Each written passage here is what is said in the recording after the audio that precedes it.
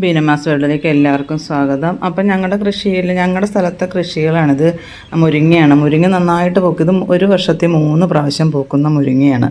അപ്പോൾ ഇത്തവണ ആ മഴയ്ക്ക് മുമ്പായിട്ട് തൊട്ട് മുമ്പായിട്ട് പൂത്ത ഇപ്പം നല്ലപോലെ കായായിട്ടുണ്ട്. ചെറിയ ചെറിയ കായായിട്ട് എല്ലാം കിടപ്പുണ്ട്. അപ്പം നല്ല മുരിങ്ങക്കോലുമാണ് കേട്ടോ. ഇത് സപ്പോട്ടയാണ്. സപ്പോട്ടയും അത് ചെറുതാണെന്നാലും ഏകദേശം ഇത് ഉണ്ടായിട്ടുണ്ട് ഇത്തവണ. അപ്പോൾ ഇത് ഇനി ഏതാനും കൂടിയേ ഉള്ളു, അഞ്ചെട്ടെണ്ണം കൂടി ഇതിനകത്ത് കാണുകയുള്ളു. അത്രയും ബാക്കിയൊക്കെ ഞങ്ങൾ പറിച്ച് വെച്ചാൽ ഒത്തിരി വലുതൊന്നും അല്ല ഇതേ, അതുകൊണ്ട് വലിയ കുഴപ്പമില്ല. നല്ല മധുരമല്ലേ ഇതിന്. പിന്നെ വാഴ എന്ന് വെച്ചാൽ സ്ഥലം കുറവാണ്. അപ്പോൾ ഉള്ള സ്ഥലത്ത് ഉള്ളതുപോലെയൊക്കെ എല്ലാം ചെയ്തിട്ടുണ്ട്. ഇത് ഞാലിപ്പൂവനാണ്. ഇപ്പോൾ ഇതിൻ്റെ കൂടെയുള്ള ഒരെണ്ണം കുലച്ചിട്ടുണ്ട്, അത് നന്നായിട്ട് കുലച്ചിട്ടുണ്ട്.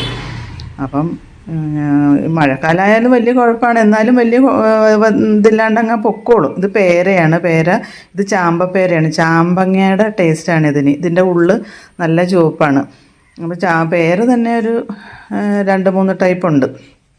അപ്പം അതൊരുമാതിരി മൂത്തിട്ടുണ്ട്. എന്ന് വെച്ചാൽ എല്ലാം താഴത്താണ്, ഏകദേശമൊക്കെ കായായിട്ട് ചെറിയ കായായിട്ട് കിടക്കുകയാണ്. പിന്നെ ഉള്ളത് മരച്ചീനിയാണ്. മരച്ചീനി എന്ന് പറഞ്ഞാൽ മധുരക്കിഴങ്ങ്. ഇതും കുറച്ച് അപ്പുറയൊക്കെ കിടപ്പുണ്ട്. അപ്പോൾ ഇത് മഴയ്ക്ക് മുമ്പ് എന്തായാലും ഇതിൻ്റെയൊക്കെ വിളവെടുക്കണം, ഇല്ലെങ്കിൽ ഇതൊക്കെ പോകും.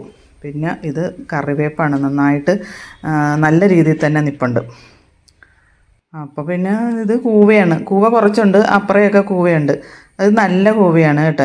ഇത് ഞാൻ ചെയ്തെടുക്കാറുണ്ട്. ഇത് നമ്മുടെ പാഷൻ ഫ്രൂട്ട്, അതും വളർന്ന് പൂത്തിട്ടുണ്ട്. ഇനിയിപ്പോൾ കായായി തുടങ്ങിക്കോളും. പുതിനയേ ഉള്ളൂ ഇപ്പം. മുളകെല്ലാം പോയി, ചീരയെല്ലാം പോയി, കുറേ പച്ചക്കറികളുണ്ട്. ഇനി അതിൻ്റെ കൂടെ ഈ വഴുതന മാത്രമേ, അതും ഏകദേശം പോയി നിൽക്കുക മഴയോടുകൂടി. ഇഷ്ടംപോലെ കായുണ്ടായി കേട്ടോ, നല്ലപോലെ കായുണ്ടായിരുന്നു.